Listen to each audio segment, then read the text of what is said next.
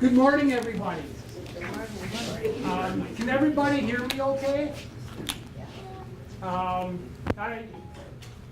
Steve will be using the microphone just so you can hear him a little bit better. Being a cop, I'm loud and obnoxious, so hopefully you can hear me.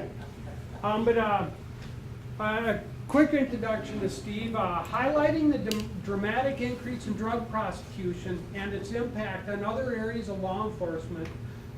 Steve O'Keefe here at the County Attorney's Office will be talking to us today. He'll talk about ways in which you're trying to address this issue with a focus on treatment, courts, and efforts that are beginning in Goodhue County. Steve O'Keefe is beginning his 26th year as Assistant County Attorney, so he's just brand new out of the box. Working in all areas of municipal law with a primary focus on drug crimes, prosecution, and child protection. Steve earned his bachelor's degree from St. John's University and earned his law degree from Hamlin University School of Law. When I first started with the county in 2005, I came from another agency. When I first started in 2005, I spent a full day in the county attorney and bailiffs area. So I kind of went between the two. And Steve and Dave Grove were the two guys that I kind of shadowed a little bit. So that's how I remember. He probably doesn't remember that because he's got a million people coming through all the time. But so that's how I met Steve, and it was a pretty neat deal. So with that, I'm going to pass the podium over. All right. Well, thank you all very much for having me here today. Do I need to use the microphone, or am I speaking loud enough for y'all to hear? Okay. If it's all right, I won't use the microphone. Wait a minute, are you guys okay? You sure? Can everybody hear okay? Here's Steve. Okay. You gotta use the mic. I'll use it. Start out using it. All right. Well, good morning again. Thank you for having me here today. And I have a little PowerPoint presentation to present to you all today. I talked to Rosie this morning about it. I know John Haneke from the Sheriff's Department was here about a month ago, and he had some great slides with some great pictures. I don't have any pictures on this slide presentation, so I apologize for that. The entertainment value is low, but I think the information in there should be good, and hopefully it's interesting to you. So my presentation today will focus on a few things. First of all, I want to go through our drug prosecution statistics for the county. And the statistics I have are from 2017, and we have some from 18 so far. Go through what a standard drug prosecution and probation looks like, and talk about the need for treatment court and the issues that we have with our standard process for prosecution and probation, and then talk about treatment courts and the efforts to begin one here in Goodhue County. And then we'll finish obviously with some questions that you all might have.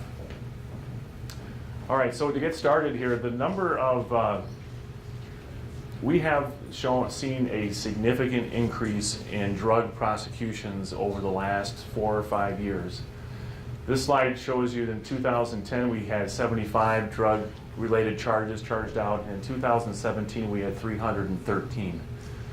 And that is a huge increase. And actually the majority of that increase that we've had really has come in the last 4 years, since 2013.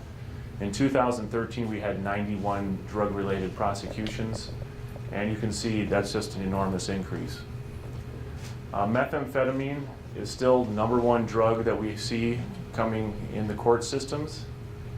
73% of the drug cases involve methamphetamine, and again, the methamphetamine cases alone, so out of all the drug charges that we have in the year of 2017, 231 of those were methamphetamine related. Go to the next slide. So this is just a summary of some of the things that we're seeing in court and the types of drugs that we're seeing that we're charging. And you can see we have a whole list of things that you are probably familiar with. Methamphetamine being the #1, cocaine, marijuana wax. And I know you're all familiar with these because of John Haneke's presentation a month ago. He talked about all these things. Obviously alcohol is still a significant issue, but today we're kind of talking about the hard drugs with methamphetamine and cocaine. And prescription drugs are also becoming a larger part of our prosecution scene. I know that's a big issue now with the opioid. You're hearing a lot in the papers about opioid addiction and opioid abuse. These prescription drugs that we're seeing, a lot of those relate to that. And even just to give you a little warning about our statistics, these represent the main charge in the complaint. And I think maybe our law enforcement folks who are present here today might agree that in a lot of drug arrests, there are multiple drugs involved. So our statistics are really keeping track of the main charge and the largest amount that was present at the time. But we have a significant amount of our drug-related cases include other drugs, marijuana and prescription pills. And like I said, I think, sorry, am I? Okay, good.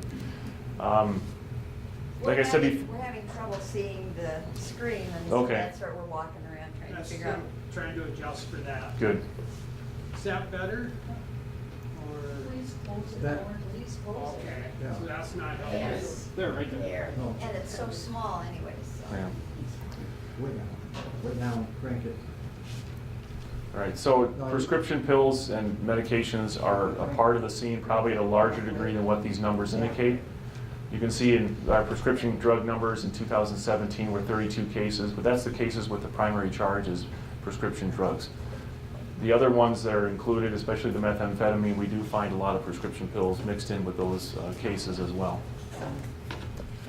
So we have some of our 2018 statistics. So those were 2017 numbers. 2018, and this is up till May of 2018, you can see we have a total number of drug-related charges at 109. And that just goes through a list of the types of drugs that we're seeing, again, very consistent with what we've had over the last years. And again, methamphetamine, the number one drug of choice that we're seeing in court. Now, if you extrapolate that 109 forward from May, you'll see that the numbers are consistent with 2017, if not more. So we're anticipating that the numbers will be even higher in 2018 as they were in 2017, which was a big year.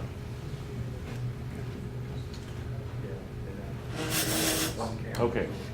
So one of the big issues about drug prosecutions and drug addiction and drug use is all the collateral things that associate with that and the problems we have in the county that we see that are all drug related. It's not just the drug charges themselves, it's the stuff that's going on in addition to that that we find it's costly to society, it's hard to address, and it just carries over to these other areas. One of the biggest areas we're seeing is in child protection, the CHIPS cases, which stands for Children in Need of Protection or Services.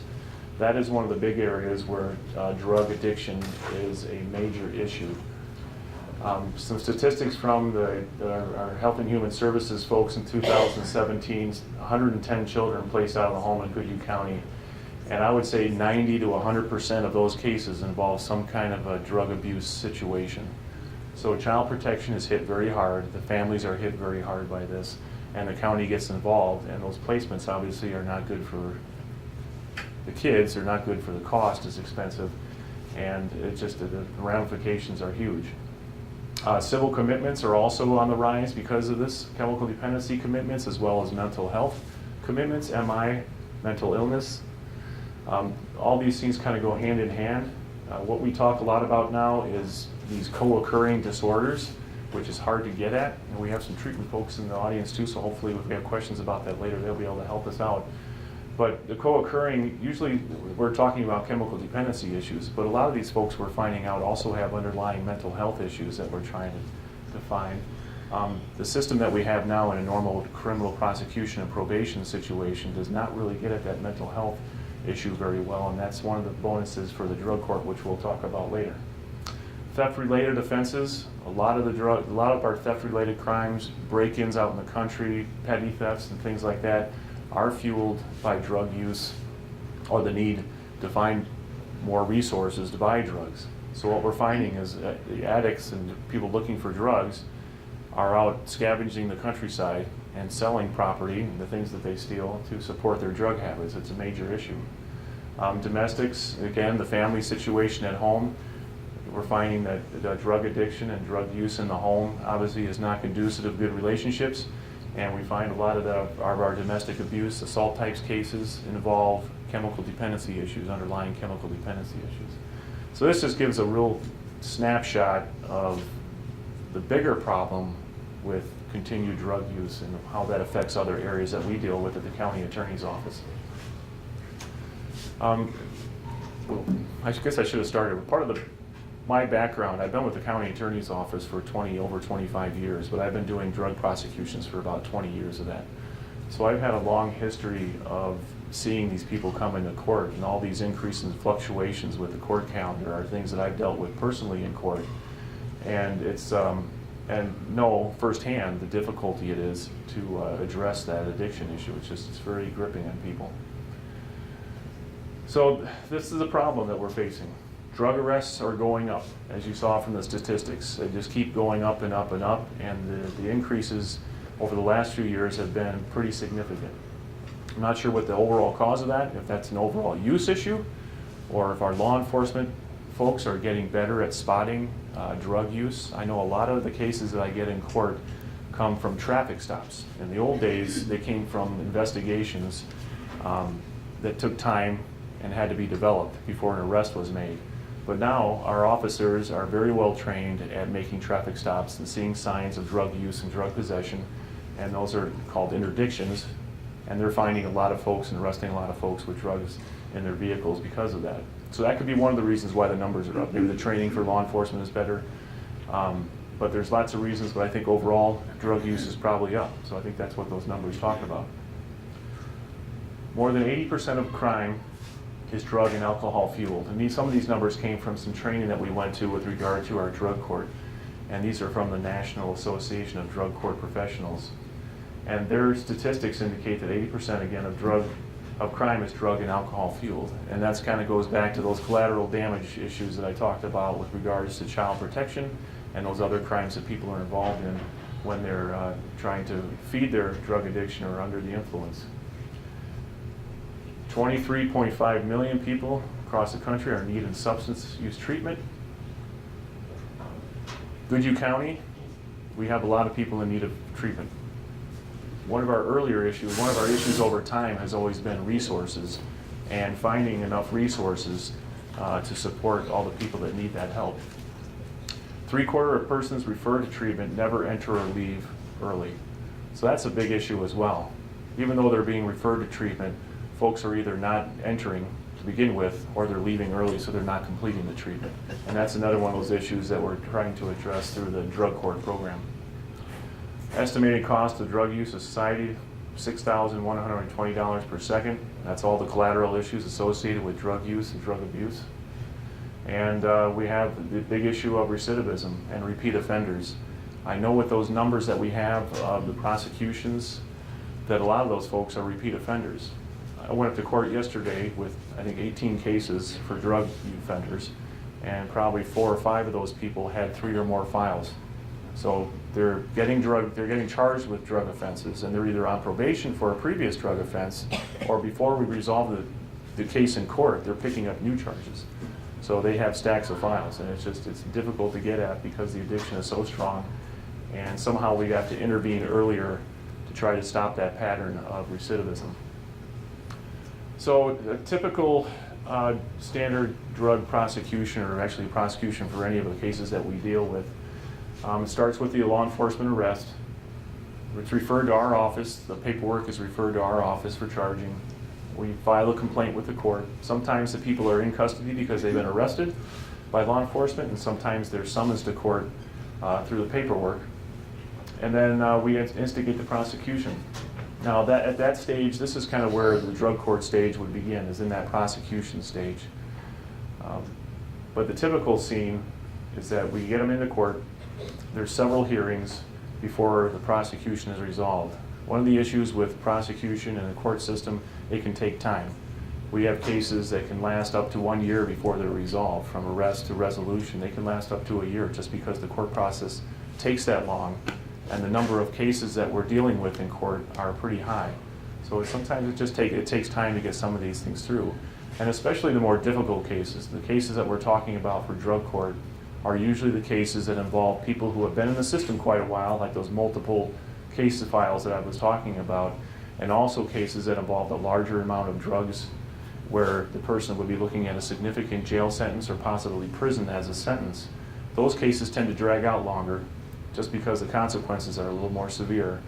And so one of the issues we have with the court system, it's just part of the process is that it takes time. Once we resolve the case, if we get a conviction, there's this, the judge sentences the person, refers it to probation. Probation officer meets with that person, they sign a probation agreement, and then they're on probation. And they're supposed to meet with their probation officer regularly, but it's really that one person, that probation officer, that has to monitor the compliance with the conditions that the judge sent as part of the sentencing. So we have one person on probation. They have high caseloads, as you can imagine. And so they're trying to coordinate all this for these people and help them get through the process. A typical sentence for a drug-related offense is always going to include a chemical dependency evaluation, and they're going to be required to follow through with that. They're going to do some jail time or sentence to service work. They're going to have no use of drugs or alcohol, and they're going to be subject to random testing. That's a typical sentence. Now, the amount of jail time that someone would serve is going to be commensurate with the amount of drugs and the higher level drug offenses that they may have committed. And it can go all the way up to first degree, which is our highest level drug offense, is a presumptive commit to prison if you're convicted of that offense. So we have challenges with the traditional approach, and I've kind of talked a little bit about some of those challenges, and this kind of leads up the discussion of why we're talking about introducing a drug court. When I say drug court, I also mean treatment court. It's kind of, those are interchangeable terms. I use treatment court on some of these. Most of the slides I'm using the term drug court because that's what we're talking about in Goodhue County. But again, the court process takes a long time. Persons may not meet with their agent after they're sentenced. Sometimes it could take a month or two before they even meet with the agent to set up their probation. So there's a lag time there before they're even being held accountable by somebody. And it's not as intensive for some offenders, or as intensive as some offenders need, and that's what we're finding. And that's, again, one of the issues that drug court is trying to address. They do not see a judge again unless they're violated. And so you're violated if you violate one of your conditions of probation. The probation officer has to file paperwork with the court to bring you back into court and be in front of the judge, who has the authority to issue sanctions at that point. But again, that's a process, a court process. And when we talk about court process, usually it means it takes a little bit longer time. So it's slow to respond. That's one of the things about the court process. It can be very slow to respond. And defendants are human beings, right? So they like to delay difficult things, and that's one of the issues that we find in court. Is when it comes down to the difficult decision of wanting either resolving the case by pleading guilty or admitting to a violation, it's just hard to get to that point. And so people are going to have a natural tendency to drag that out as long as they can, and that's what happens. The other issue with our court system, and it's the way it's set up, and it should be, is that it's an adversarial process. So the prosecutor has a role to bring the case and the charge and try to prove it beyond a reasonable doubt. The defendants are represented by defense attorneys who advocate for their side, and then we have a judge who is in the middle making decisions about what to do and what not to do. That adversarial process, again, adds a dimension to the whole process, particularly when it comes to probation and probation violations that can delay things and also not fully address potentially what people are dealing with in their lives. So challenges with our traditional approach. I talked a lot about that stuff, but persons struggling with substance abuse are often struggling in a bunch of other areas in their life, and these are the heavy addicts are dealing usually with employment issues. A lot of them are unemployed, can't find housing, can't find work. Transportation is an issue. Most of these folks don't have driver's license, so if they do drive, they're driving without a license. They have issues with family. They have issues with pro-social activities. That's a huge one. Usually addicts are hanging out with other addicts, so they're using together. I mean, that's just the way it goes. So finding people to be with and places to go that do not involve drug and alcohol use is a significant issue for a lot of these folks, because that's where they came from and that's where they're going to return to when they're on probation. Mental health, we talked a little bit about that. A lot of people dealing with chemical dependency issues, severe chemical dependency issues, usually have some mental health involvement as well. And figuring that out can be very difficult because chemical dependency has a tendency to mask some of those mental health issues, and so it's hard to break those out. All right, Joe.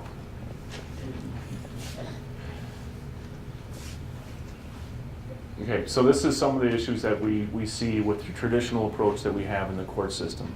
Now, that process that I talked about, the prosecution, the sentencing, and the probation, it really works fine for most people. Most people do very well. The recidivism is relatively low on most other crimes, including low-level drug offenses. People are able to manage that and do well with that level of supervision. But some people just need more. They've been in the system, they've been using drugs for so long that they're so involved in it, they have all those other problems in their life with family, housing, social issues and stuff like that. It's just hard to break out of that cycle, that they need more intensive supervision.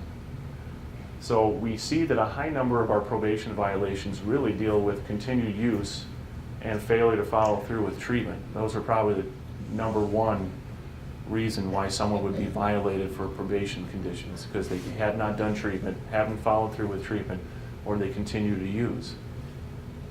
So, drug courts. So this is kind of why, I mean, all those issues are out there. Like I said, in the majority of cases in our prosecutions, the traditional approach works very well, and people are able to overcome things. They go to treatment, they follow through, they stabilize their lives, and they become law-abiding, which from a prosecution perspective, obviously, we're concerned about recidivism and public safety, and we want people to be law-abiding. So that's the number one concern.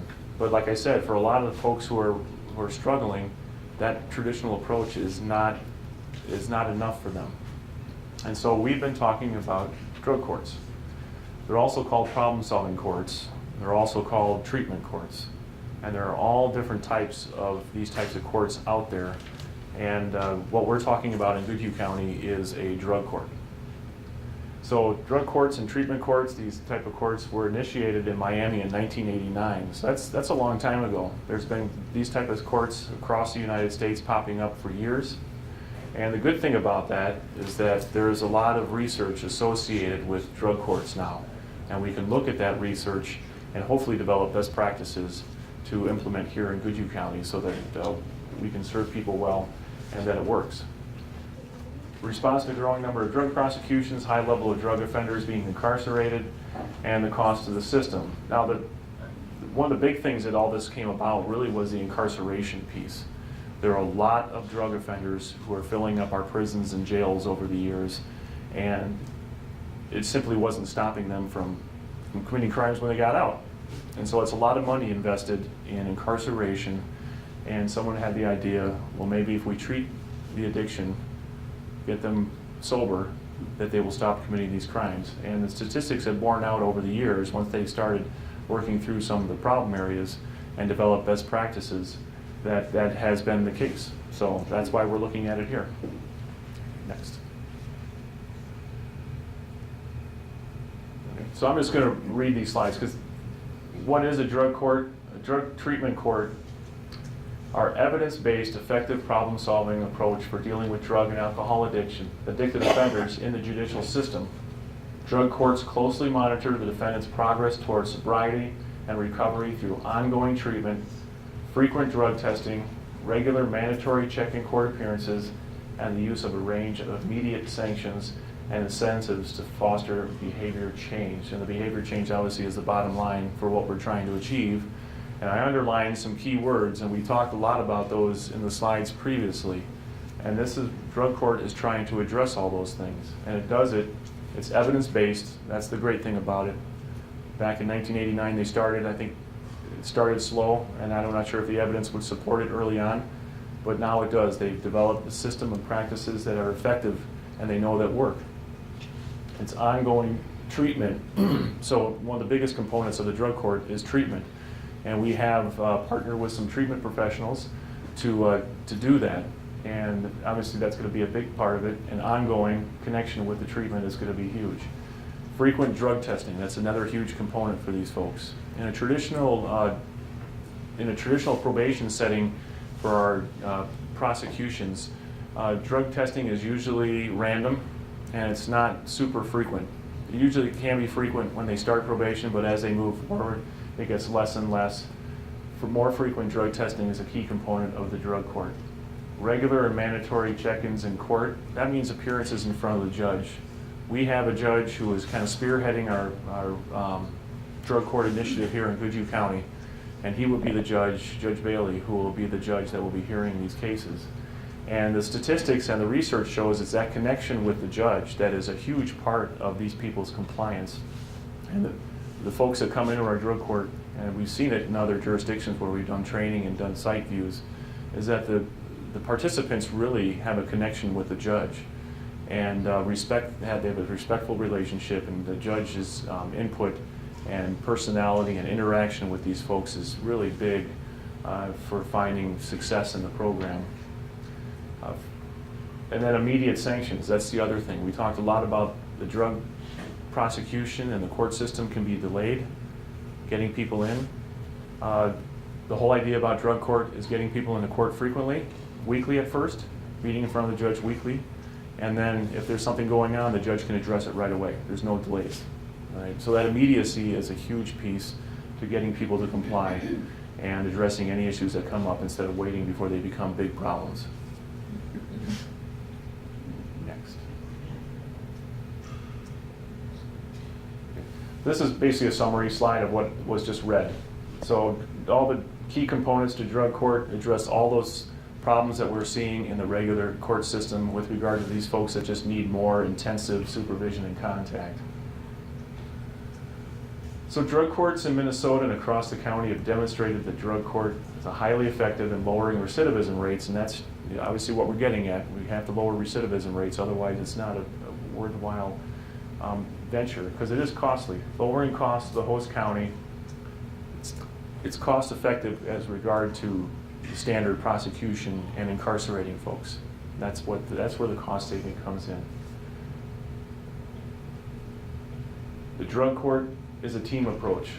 So the typical system, as we talked about, and I mentioned, it's an adversarial process. So we have people who are not really working together. We're working in our own separate camps, hoping to come out for a resolution that the judge generally comes up with.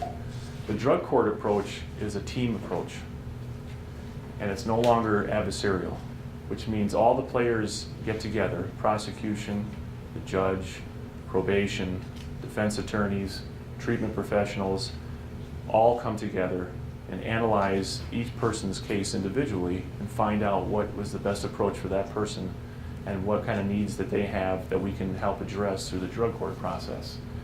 So again, all those issues that people have that we're finding that they're struggling with in their personal lives are the things that we can get at drug court a little more effectively than would happen in a normal standard probation. Probation is really monitoring drug use, law-abidingness, and they can direct people to resources for employment and housing, but those are really referrals. And hopefully with the drug court presentation and the drug court package that they'll be involved in, we'll have those professionals on board, communicating with us directly about this individual person. And that's hopefully huge for them in getting the resources they need immediately, but also being more effective and, of course, responding much more quickly than we would in the normal process. All right.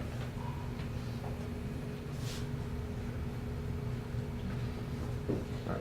So once again, there are many types of treatment courts or drug court treatment courts, and that's the treatment court is kind of the umbrella, and there's all kinds of different specialty courts that fall underneath that. And you've probably heard of some of those type of courts in the news. There's veteran courts. There's family courts that address child protection issues. We're talking about drug treatment in the criminal court process. And we're talking about adult offenders who are residents of Goodhue County, who come in as high risk and high needs, and that's an assessment tool that they go through, that the probation officer would go through. And if they come out as high risk and high need, then they would qualify for this program. And we're also looking at repeat offenders, and a lot of those repeat offenders are going to be high risk, high need as well.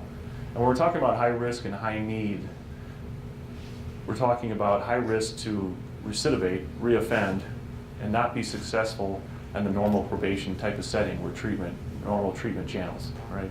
So they're likely to start using again, they're likely to reoffend, and then the repeat offenders obviously already proven that.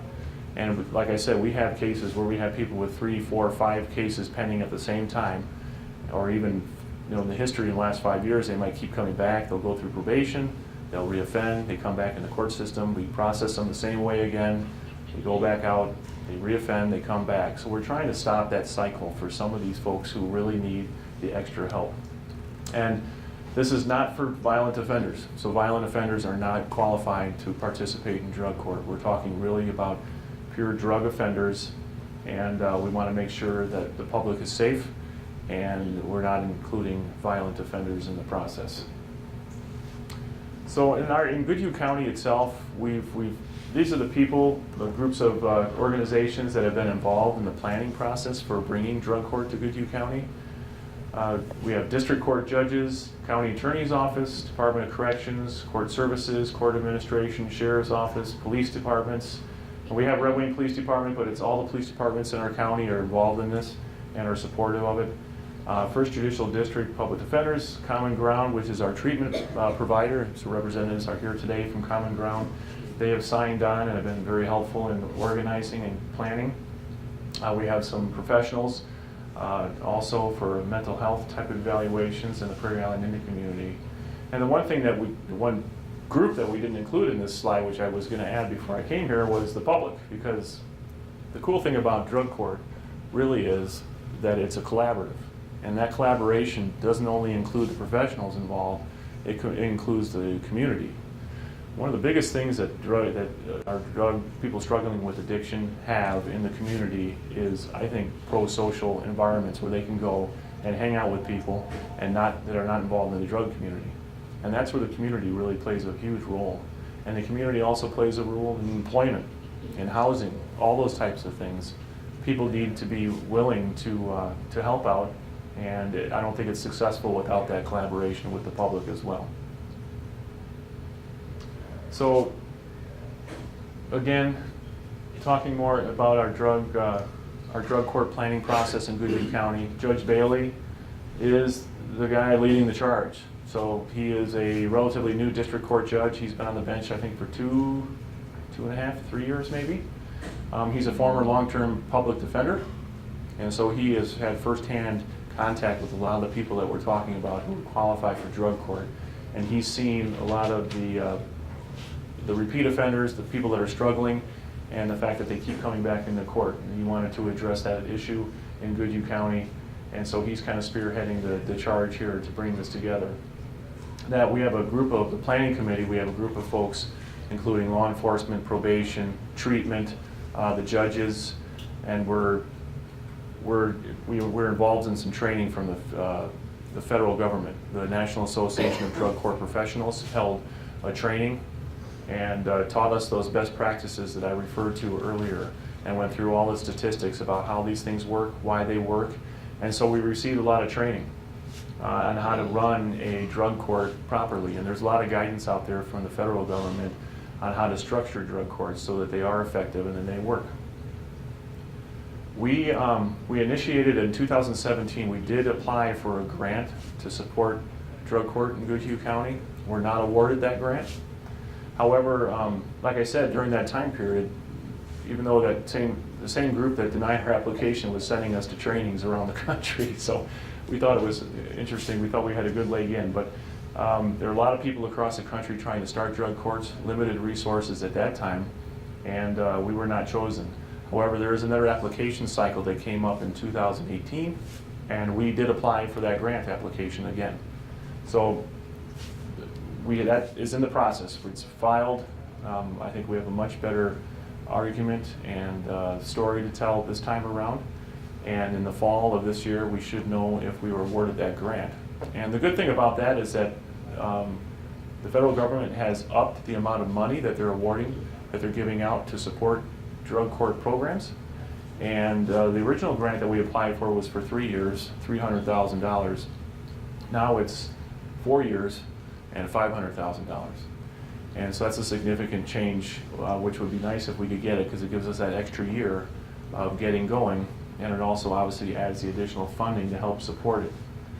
And treatment court is not cheap, but it is cost effective when it comes to all the collateral issues that are associated with the traditional court system and incarcerating folks. and the revolving door of treatment and problems that are associated with that. We think in Goodhue County we could support a drug court program in about the $100,000 range. And the key, what that pays for is the key component to a successful drug court is a very good coordinator, all right? Someone who can organize, keep track of the court process, keep track of the participants who are participating in it, and have frequent contact with them, and being the liaison between what the judge is telling them they need to do and getting them hooked up with the resources that will get that done. And again, getting it done quickly as opposed to later is going to be very important for success. And the frequent drug testing. Drug testing costs money, and one of the key components to the drug court, according to the statistics, is that frequent drug testing, and that's a weekly, up to 3 times a week to start with. And moving forward, that would decrease if they're successful and not using it. So those are the big key components. This is what we're trying to do. We feel confident that we're going to get that this year. So what happens if we don't? You can keep it right there. What if we don't get that grant? The same group of people that's been talking about the grant application and applying for this are also talking about the contingency. If we don't get the funding, can we still move forward? And we believe we can, probably on a smaller scale, but we believe we can still move forward with the drug court and at least get it started. And then later on, if we get it started, we'll be able to apply for a second pool of money to help support programs that exist. So there's 2 pools of money out there. One is for startups, and one is for programs that exist already and that you want to keep going. So I think if we get one going, that we would qualify for additional funding to help keep it going. And hopefully it proves effective, and the public would support that. So what was the other? I'm trying to think of one point. But so we have this ongoing process, and we've had the training. We have all the tools I think we need to get a program going. Now, a typical drug court program would involve between 20 and 25 participants at a given time. If we do a pilot project, a smaller program, we're probably talking 5 to 10 people. But usually we're talking about 20, 25 people. And I think that probably meets the needs in our county for the types of offenders that we have who would meet that high risk, high need, repeat offender. That's probably a good number.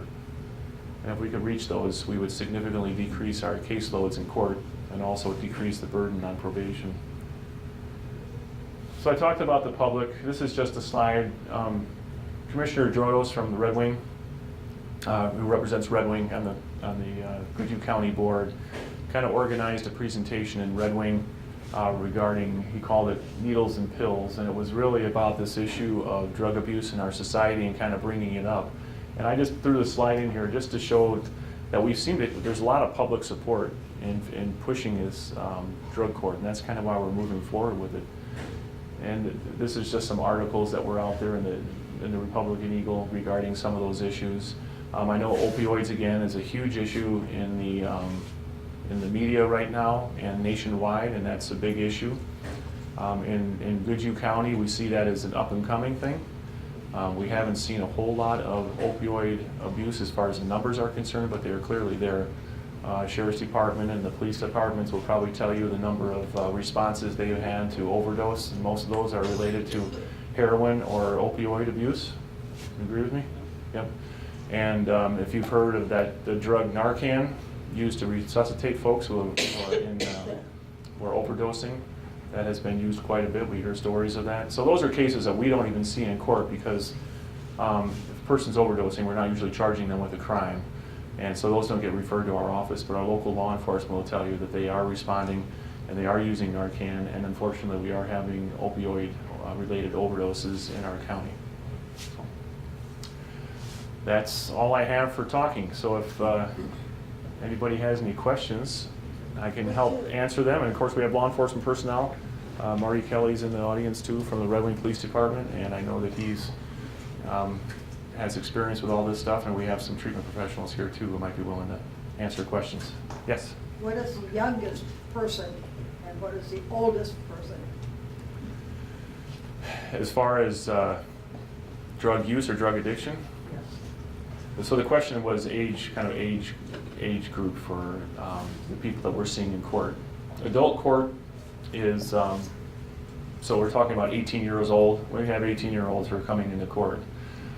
We're only dealing, this drug court's only dealing with adult offenders, but we have plenty of juvenile offenders too, from age 12, 10, actually it's 10, legally 10 to 18.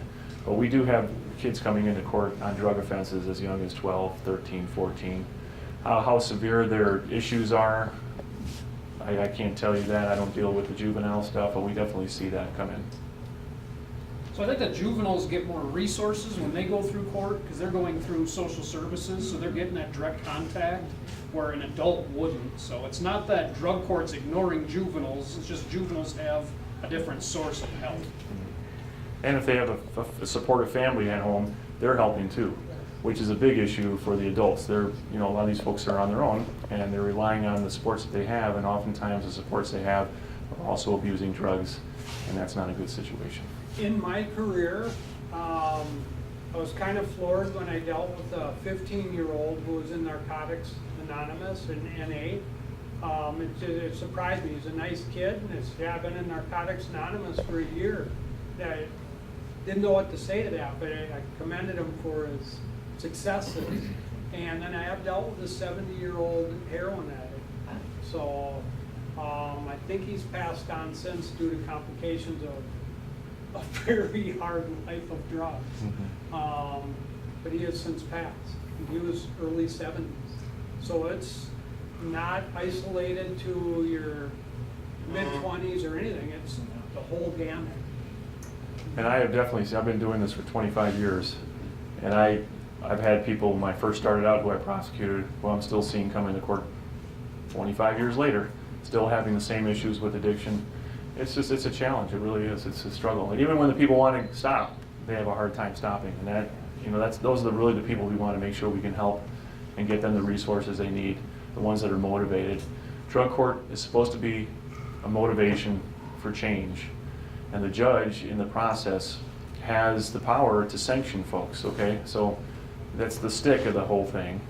And we're talking about offenders generally who are in the program are the higher level offenders. So they would be looking at a significant jail sentence or prison if they didn't cooperate. So that's part of the incentive that we use to get them into the process and then keep them going.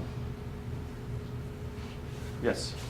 I commend you to do this because we have a grandson that has had to deal with drug addiction. And I just wonder why we aren't doing it with teens, because that's where it starts. Not the teenagers? You know, and I know that he's been in and out a few times. And I think if he would have had somebody there that was constantly checking on him, you know, doing what you're talking about, would have made a world of difference with him. Right. Because it just, and there wasn't the community out there to support him really. He tried to stay off of it, but he couldn't get off of it because around here, there was no place for him to go where it was non-drug. So where did he go? He went back to his friends that were using instead of having, you know, he tried to do things that weren't, but a lot of times those people didn't want to accept him because of what he did. Right. And now I have to say he's doing very, very well. Excellent. Very proud of him. But I'm glad to hear that you're doing something like this, because I think it will really, from personal experience, I think it will really help. But I hope that you do it for teens too. Well, this is our starting point, so hopefully we'll have success here and we'll be able to carry it over into some other areas. And that, you know, having a small community, there's great pros to that. We all love living in our small communities, but some of those social things become a big issue for folks. You can't walk down the street without seeing someone who you know, you've been involved with, and that brings you back. Luckily, he's moved out of the community now, and he's got a wonderful girlfriend, and he's doing very well. Right. Who won't accept any drug trafficking or anything. Good. So he's really gotten You want more? better, but. Well, if you don't mind, I'll tell a little story about generational drug activity. My wife is a drug court coordinator in Pierce County. And I'm getting it from her, but she had a gal who got into their drug court. Actually, she was in Wabasha County prior to that. Her parents were addicted. She was addicted. Her parents' parents were addicted.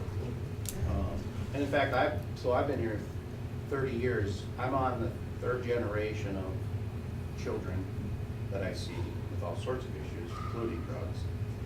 But back to the story. This gal got into drug court, very successful. She is now an advocate for the National Drug Court Association. Her claim to fame is her child is not an addict. So, right, and so we broke the cycle. The system broke that cycle. So I would guess that child's child is not going to be an addict. And so that's a big story, and it really affected her, but not only her, but the whole system. I mean, how much money did we save just by saving that one person? That's a lot. Right. So I just want to share that. It is generational a lot of times, and sometimes you have a 15-year-old, the mom and dad, and the 70-year-old still on drugs. And that's happening today still, unfortunately. And one of the reasons I put that slide about the Red Wing event that took place, we had over 200 people show up for that event. I was expecting 20 or 30 people, and 200 people came.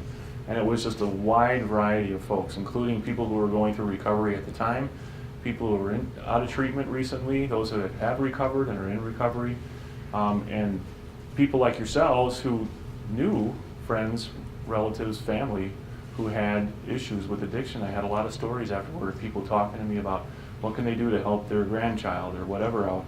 And I think it impacts everyone. And one of the benefits of, I think, in our small community, again, bringing the public back into the whole view here, is that we can see this. I mean, if you open your eyes, you can see it, and you can address it head on instead of hiding from it. These people a lot of them are looking for pro-social opportunities and be connected with people who are not in the using community. But if the non-using community shies away from them, they won't have that opportunity. So I encourage people to do that and engage, and hopefully that helps change what they're doing. Yes. Regarding the drug treatment program, is drug court the same thing as outpatient drug treatment? It is not the same thing. It's not. Do you want to talk about it or not? So the question was, is outpatient treatment the same thing as drug court? Outpatient treatment will be included in the drug court. So for outpatient, they come 3 times a week. So we do groups, we talk about what's going on with them, we hook them up with services, we do psychoeducation, and then they go back home at the end of the day.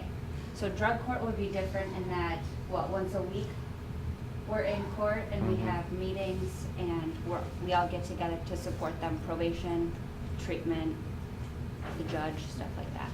So drug court is much broader than treatment. It includes treatment, and there's 2 types of treatment, the inpatient and the outpatient. Okay. All right, so some folks might start without inpatient treatment and be in a program for 30 to 90 days or... Yeah, but how can they, if they don't have the insurance, doesn't that limit a lot of people? We have a process in Minnesota called Rule 25, and that would fund treatment for folks that can't afford it on their own. Yeah, so they have to make an application process through social services, and there are resources out there to help them do that. And that's one of the things that drug court would help, hold hands a little bit more than maybe a single probation officer might be able to do. And usually with treatments, they're not going to kick you out just because you can't afford it. So they have scholarship programs and they have sliding scales and stuff like that, so they can pay for it in the long term. And one more question. It has said that it's an inherited thing as far as alcoholism. Is this the same with drugs? Is there a predisposition to drugs, or is it different from alcohol? I'm not qualified to answer that question. The question is whether or not, drug use is kind of inherited, like alcoholism can be. It is the same. Is it the same? It is? Yes. It is the same. There is a genetic factor. There is? Okay. Yep. All right. So maybe addiction is addiction, regardless of what your addiction is. Alcohol, drugs, other things, hoarding, who knows? I mean, yeah. Yes? Is there a way to make the community feel more comfortable in identifying a problem? Meaning that if you know of a person who you believe has issues, who can you go to for help in telling you how to deal with them? And not in a negative way, but in a way, you know, that you're not snooping on them. You're a concerned person. But where do you go for education to help them get into either treatment or issues, whatever? You can contact someone from any treatment facility and refer them for an assessment, or Al-Anon is a great resource. They're kind of like AA meetings or NA meetings that loved ones go to help support their addicted family member or loved one. Or Narcotics Anonymous. Health and Human Services at the county would have resources possibly for that. Oftentimes, you know, there might not be much you can do other than recognize that it's an issue and intervene when you can. How But many people in a community? law enforcement obviously is another resource, right? Yeah. How many people in the community are affected by this? I think we are probably all affected in one way or another. We haven't been robbed or we haven't had an accident with, but aren't we all affected by someone who has these issues? Directly or indirectly, yes. Mhm. Most definitely, everybody's affected. That's why it's such a big issue. Something like this program, you know, we've been doing the same thing for the last umpteen years, hoping for better outcomes. It's not working. We got to try new things. Jennifer Waller was one of our prior speakers, and she had an addiction to painkillers. For her, now she went into Teen Challenge, so she was in over a year in a faith-based program.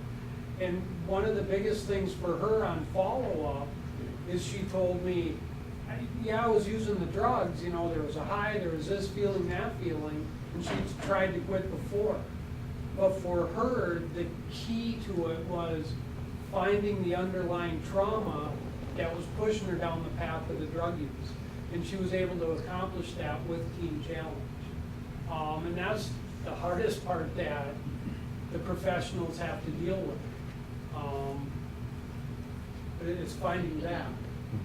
I just want to, like what Joe had said earlier, there's so many resources for our kids at school, whether it's our local PD or local health. We have so much funding that is coming in now from the state on mental health and some of these other things that I'm just so grateful for. But when they're seniors, we shake their hand, we give them their diploma, and the cycle gets worse because they may not have that favorite teacher that checks in on them, or you know, even their coach might say something, or the math teacher, that some reason they've had this connection.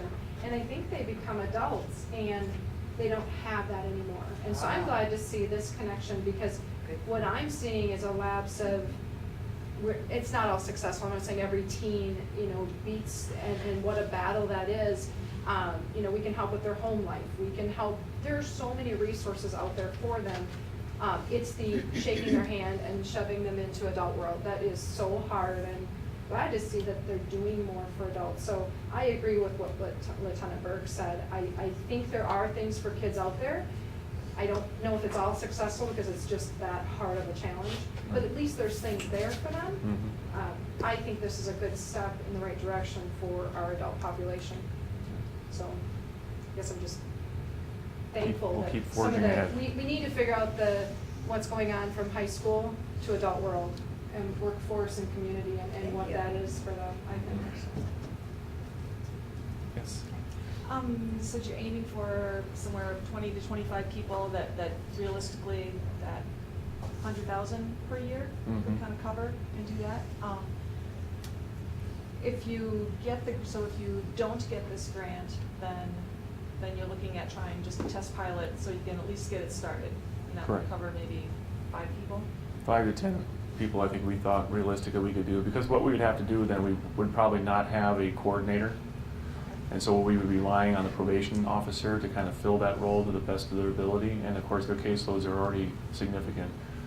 So we didn't want to overburden them with having too many clientele under the umbrella of drug court. And of course, we're making more frequent court appearances and the drug testing is more intense as well. So, yeah, we're already engaged with some community groups have approached after that meeting in Red Wing.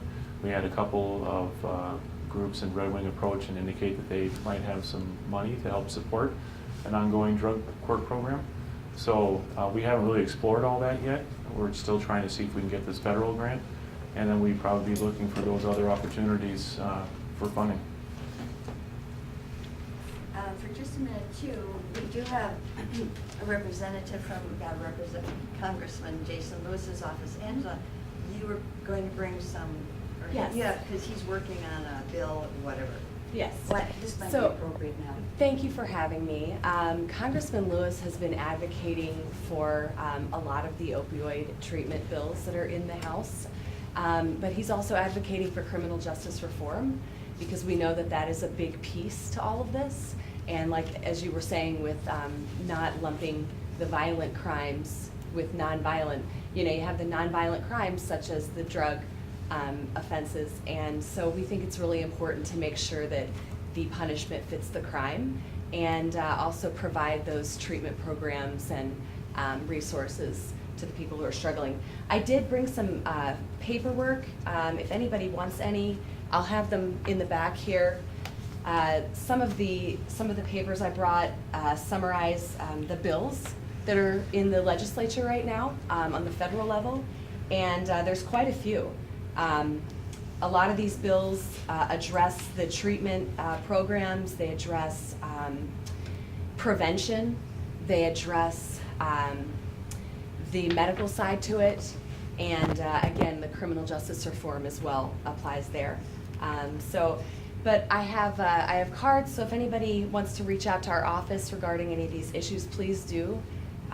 We're in Burnsville, but we're not far, and we would love to help in any way we can. So, Thank you. thank you. Okay. I'm sure, can you stay around for a few minutes? They can talk to you personally? Certainly. Okay, thank you very much, and All we'll right. get into our meeting. Well, something like that, they talk, like currently in the media, opioid crisis, big deal. And they talk about it all the time. A lot of this is nothing new. These problems, they're cyclical. They keep coming, and they keep coming around, and as Marty said, a third generation or fourth generation family members having these issues. I know I brought it up before, but about 10, 12 years ago, I believe it was the show Frontline on Channel 2 or PBS. They did a 4-part series on methamphetamine. The guy who kind of put this whole show together was a reporter for, I want to say, the Oregonian newspaper out of Portland, Oregon. He's a statistician by nature, but he's a reporter. And he followed for a number of years through the 80s into the early 90s the drug trends and crime trends of methamphetamine and the quality of the methamphetamine. And that's when state and federal laws were getting real active on stopping methamphetamine. Making it more difficult to get the precursors to make methamphetamine. And this is when the meth labs were huge in the U.S., mostly east and west and south, not as much in the Midwest yet. But in those statistics, what were found is when the quality of the meth was higher, the rate of recidivism went up, the rate of treatment went up, the rate of failure of treatment went up.